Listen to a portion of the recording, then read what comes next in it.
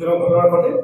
Private university, prime Asia ইউনিভার্সিটির একজন ছাত্র, অভিযোগ একটা ছিল, ছোট একটা অভিযোগ ছিল, সম্ভবত দুজন ছাত্রী টিচিং একটা অভিযোগের ভিত্তিতে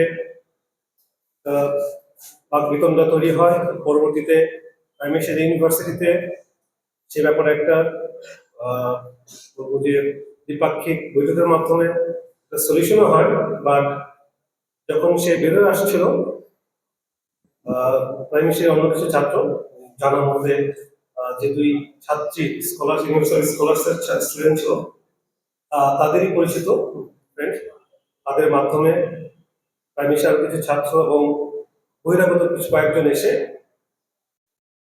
ওই ছাত্র পারভেজ নাম, তার উপরে অতিরিক্ত হামলা করে, মারধর ঘটনা ঘটে এবং ছুরিকাঘাতের কারণে সে মৃত্যুবরণ করে। আপনারা সবাই ফুটেজ এবং বিভিন্ন পর্যায়ে কভার করেছেন, ডিটেল জানেন। আমরা ঘটনাটা দেখার পরেই আমাদের দায়িত্বপূর্ণ এলাকাতে যে CPC-1 কোম্পানি ছিল, কোম্পানি কমান্ডার কুমার জাকির এবং স্মার্ট কমান্ডার ছিলেন এসএসপি সুদূর সাহেব।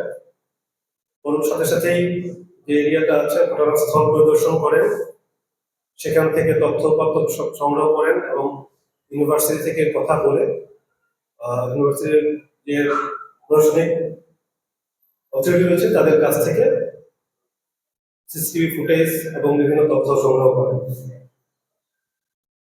ঘটনার রহস্য উদ্ঘাটন এবং যারা অভিযুক্ত বা আসামিদের ধরার ক্ষেত্রে র্যাবের এই অভিযানিক দলটি প্রথম থেকে গ্রাউন্ডে ছিল। শুধুমাত্র তথ্য প্রযুক্তি নয়, গ্রাউন্ডের থেকে তারা যখন খোঁজ নিতে গেল, দেখা গেল যে সাথে সাথেই অনেক যে এজাহারভুক্ত আসামি ছিল তারা ঢাকার বাইরে চলে গিয়েছে। পরিপ্রেক্ষিতে আমরা আমাদের অন্যান্য ব্যাটালিয়ান এবং আমাদের তথ্য প্রযুক্তি গোয়েন্দা কার্যক্রমকে শক্তিশালী করি, যার ফলশ্রুতিতে 20 তারিখের মামলা হয়। তার পরবর্তীতেই আমরা প্রথমেই যে 1 নম্বর আসামি যাকে নিয়ে আজকে আমরা এখানে উপস্থিত হয়েছি, যার বিষয়ে আমরা ব্রিফ করছি,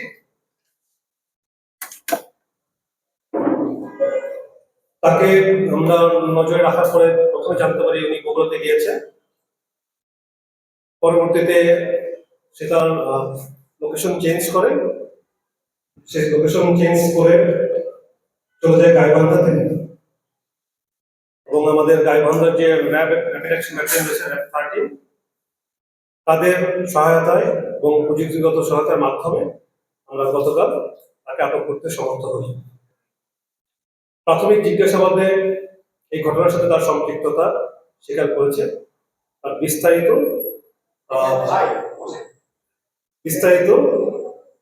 ফার্দার যে ইনভেস্টিগেশন হবে তার মাধ্যমে জানা যাবে। এর সাথে আপনাদেরকে আবারও অবগত করতে চাই, আমরা একই মামলা 5 নম্বর এজাহারের আসামি, তাকে আমরা ধরেছিলাম একদিন আগে, হৃদয় মিয়াজি, কুমিল্লা থেকে র্যাব 11-এর সহায়তায় ধরেছি, মানে মামলা হওয়ার 48 ঘন্টার মধ্যে। এবং অন্যান্য যারা অভিযুক্ত আছে তারা তো 8 জন সহ অব্যাহত রয়েছে। অন্যান্য যারা অভিযুক্ত রয়েছে এদের নামেও আমরা ফলো করতেছি যে যত দ্রুত সম্ভব সবাইকে যেন আমরা আটক করতে পারি এবং প্রয়োজনীয় বিচার ব্যবস্থার জন্য সমর্থন করতে পারি।